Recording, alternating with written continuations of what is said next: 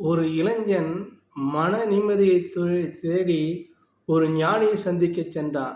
ஞானியிடம் சொன்னான், சுவாமி, எனக்கு செல்வ வளம் அதிகம் இருந்தும் நான் வசதியாக வாழ்ந்து கொண்டிருக்கிறேன். எனக்கு தீங்கு இழைத்தவரும் எனக்கு துரோகம் செய்தவர்களும் நினைத்தால் எனக்கு மனம் பாரமாக இருக்கிறது. தாங்கள் ஏதாவது ஒன்றை சொல்லுங்கள், அதன்படி நடக்கிறேன். இது என்னதான் வழி என்று சொல்கின்றார்.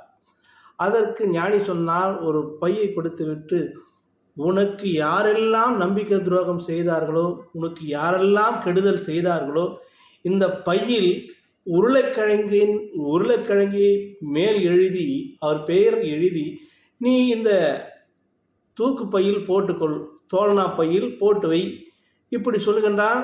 ஈவன் அனைத்து பேர்களும் அவர் வாழ்க்கையில் வந்து போனவர் பெயர்களெல்லாம் எழுதி எழுதி அந்த தோழனா பையில் போட்டு வைக்கிறான்.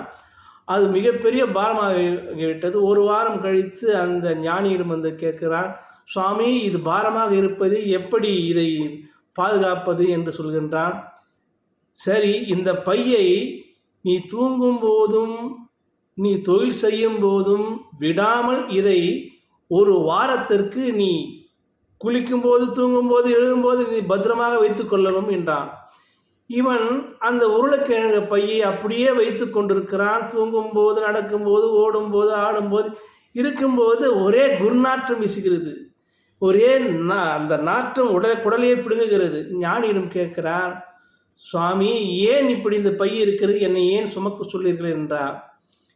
உன் மனம் தெளிவு பெற வேண்டும் என்றால் நடந்த நிகழ்வுகளை எல்லாம் தூக்கி எறிந்துவிட்டு வெற்று பையாக நீ இருந்து கொள், மனதை லேசாக வைத்துக்கொள்.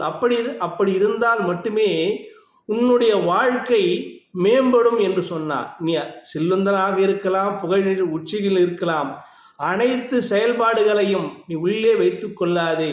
சில தீங்கு செய்தால் அவர் மன்னிக்கும் சுபாவத்தை கற்றுக்கொள். நீ பின்பு வாழ்க்கையில் வெற்றியடையலாம் என்று உன்னதமான ஒரு கருத்தை சொன்னார்.